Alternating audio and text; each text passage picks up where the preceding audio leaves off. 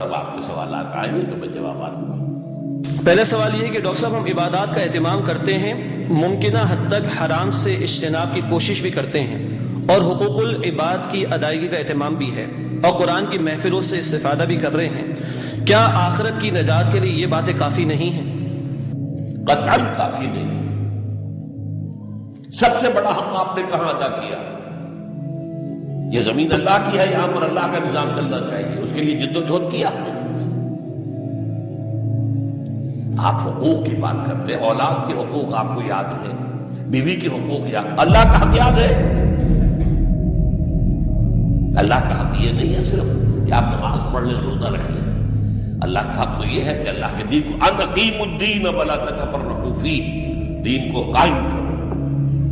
ہاں قائم کر دینا یہ لازم نہیں، کرنے کی کوشش کرو، امکانی حد تک تم کوشش کرو گے تو تم سرخرو ہو جاؤ گے، چاہے دنیا میں کامیابی ہو چاہے نہ ہو۔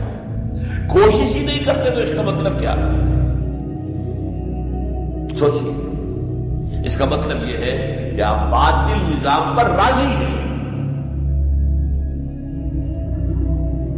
یہ جو بش نے کہا تھا یا کولن پاول نے کہا تھا مشرف سے، یو آر ود اس اور اگینسٹ اس، یہ اصل میں بائبل کا جملہ ہے۔ یو آر اگینسٹ می اور ود می، اللہ کہتا ہے تم میرے ساتھ ہو یا میرے خلاف ہو، درمیان میں کوئی گرے لائن نہیں ہے، دو ہٹ کریں۔ قرآن کہتا ہے یا حقوق یا حزب اللہ ہے یا حزب الشیطان، اور یا ان دونوں کے علاوہ تیسرا راستہ کوئی نہیں ہے۔ حزب اللہ وہ ہے جو اللہ کے دین کو قائم کرنے کی جد و جہد کرے امکانی حد تک، اور جو نہیں کرتا وہ حزب الشیطان بھی ہے۔ جو ارض بھی اور اگینسٹ بھی۔ اس لیے جان لیجئے یہ نماز روزہ تو ہو رہا ہے، اور 1.5 ارب مسلمان دنیا میں اس وقت ہے، 30 لاکھ جو ہے حج کرتے ہیں، پھر مسلمان ذلیل اور خوار کیوں ہے دنیا میں؟ قرآن تو کہتا ہے انتم الاعلون ان کنتم مومنین، اگر تم مومن ہوگے تو تم ہی سب سے سربلند ہوگے۔ آج ہم سربلند ہیں یا سب سے نیچے ہیں؟ حقیقت کو دیکھیے، کیا حیثیت ہے ہماری؟ ڈو وی ہیو اینی سے ان دی انٹرنیشنل افیئرس؟ ہماری کوئی رائے مانگتا ہے؟ کسنوی پرسد کے بھیا تیسری تم ہو کون؟ تم سے کیا پوچھنا ہے؟ تم تو ہمارے غلام ہو۔ آج جمعے میں میں نے کہا تھا الیکٹرسٹی کا ریٹ بڑھاؤ، تیل کی قیمتیں بڑھاؤ، کیوں؟ کس کا حکم ہے؟ کہ بھائی آئی ایم ایف کا حکم ہے۔ اصل حاکم تو ہمارا آئی ایم ایف ہے۔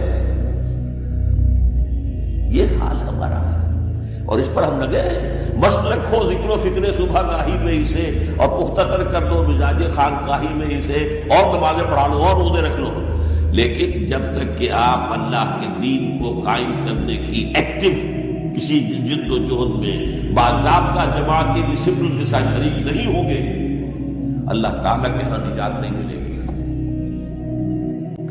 یا ایھا الذین آمنوا ادخلوا فی السلم کافہ، اے اہل ایمان اسلام میں داخل ہو پورے کے پورے۔ یہ گویا کہ وہ بات اب کہی جا رہی ہے کہ جس کا ریورس یا کانورس ہم بنی اسرائیل کے ساتھ جو خطاب تھا اس میں پڑھ چکے ہیں۔ افتؤمنون ببعض الکتاب وتکفرون ببعض، کیا تم ہماری کتاب، ہمارے دین، ہماری شریعت کے ایک حصے کو مانتے ہو اور ایک کو رد کر دیتے ہو؟ فما جزاء من يفعل ذلك منكم الا خزي في الحیاۃ الدنیا ویوم القیامۃ يردون الى اشد العذاب۔ تو جو کوئی بھی تم میں سے یہ روش اختیار کرے گا اس کی کوئی سزا اس کے سوا نہیں ہے کہ دنیا میں ذلت اور خواری ان پر مسلط کر دی جائے، اور قیامت کے دن شدید ترین عذاب میں جھونک دیے۔ اس کو اب مثبت پیرائے میں مسلمانوں سے کہا جا رہا ہے یا ایھا الذین آمنوا ادخلوا فی السلم کافہ، ریزرویشنز کے ساتھ نہیں، ایکسیپشنز کے ساتھ نہیں۔ اللہ کی بندگی تو کرنی ہے، اس معاملے میں نہیں۔ اللہ کے حکم تو ماننا ہے، لیکن یہ حکم نہیں میں مان سکتا۔ یہ ایک کی بھی نفی جو ہے وہ گویا کہ کل کی نفی ہو جائے گی۔ ادخلوا فی السلم کافہ، ٹیک اٹ اور لیو اٹ، یہ پیکج ڈیل ہے، اس میں جزوی بات نہیں ہو سکتی۔ ولا تتبعوا خطوات الشیطان، اور دیکھو شیطان کے قدموں کی پیروی نہ کرو، اس کے نشانات راہ جو ہیں، اس کے نشانات قدم جو ہیں ان کی پیروی نہ کرو۔ انہ لکم عدو مبین، وہ تو یقیناً تمہارا بڑا کھلا دشمن ہے۔ فَإِن زَلَلْتُم مِّن بَعْدِ مَا جَاءَتْكُمُ الْبَيِّنَاتُ، پھر اگر تم پھسل گئے اس کے بعد بھی کہ تمہارے پاس یہ واضح تعلیمات آ چکی ہیں، فَاعْلَمُوا أَنَّ اللَّهَ عَزِيزٌ حَكِيمٌ، تو جان لو کہ اللہ تعالیٰ پھر زبردست ہے۔ اس میں دھمکی کا پہلو آ گیا کہ پھر اللہ کی جو ہے پکڑ سخت ہوگی، حکیم بھی ہے، اس کی پکڑ میں بھی حکمت ہے۔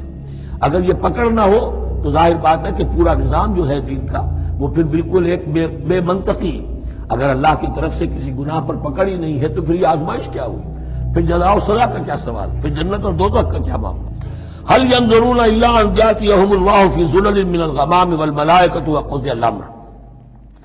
ایک جو نفس انسان کو پٹی پڑھاتا ہے وہ تو یہ ہے کہ دین کا یہ حصہ تو آرام سے کرتے رہو، جو میٹھا وہ حق اور جو کڑوا ہے وہ تو۔ دوسری پٹی یہ پڑھاتا ہے کہ ابھی ذرا یہ ٹھیک ہے کہ اللہ کا حکم ہے، یہ بھی حکم ہے، دین کا یہ بھی تقاضا ہے، ابھی ذرا ذمہ داریاں ہیں، ابھی ذرا بچوں کے معاملات ہیں، بچے برسر کار ہو جائیں، بچیوں کے ہاتھ پیلے ہو جائیں، میں ذرا ریٹائرمنٹ بھی لے لوں تو پھر یہ مکان بنا لوں، پھر میں اپنے آپ کو دین کے لیے پھر خالص کر لوں گا، دین کے لیے پھر میں وہی کام کروں گا۔ یہ سب سے بڑا دھوکہ ہے، وہ وقت کبھی نہیں آتا۔ اسی لیے فرمائے کس شے کا انتظار کر رہے ہیں؟